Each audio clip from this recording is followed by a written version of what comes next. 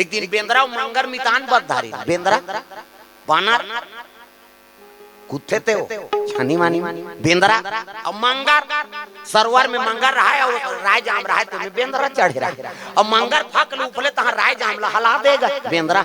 गटा गट लीले मंदर अब मंगर लीले तहां दोनों में मित्रता होगी है नहीं आन मितान बैठ के तान बेंद्रा एक दिन ओकर पीठ में बैठ गए बैठे ते सरसर सरसर घुमाइस गए सरवल जोरदार डोंगा बरोबर खुद सो के बेंद्रा कालिया हुआ बें तो लाउ खवो हूं की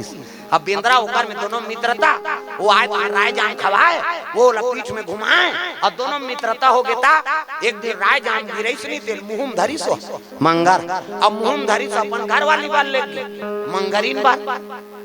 घर मंगर के घर वाली मंगरीनी कबेगा कैसे डॉक्टर के घर वाली डॉक्टरीन का थे नहीं वो सूजी उजी नहीं दे वहां कहाँ यार डॉक्टरीन का थे देख बे एक टन दवाई नहीं जाना है वह लेकिन वाला डॉक्टरीन का थे पति के सम्मान से पत्नी सम्मान कैसे तब मंगर के घर वाली मंगरीनी कबेगा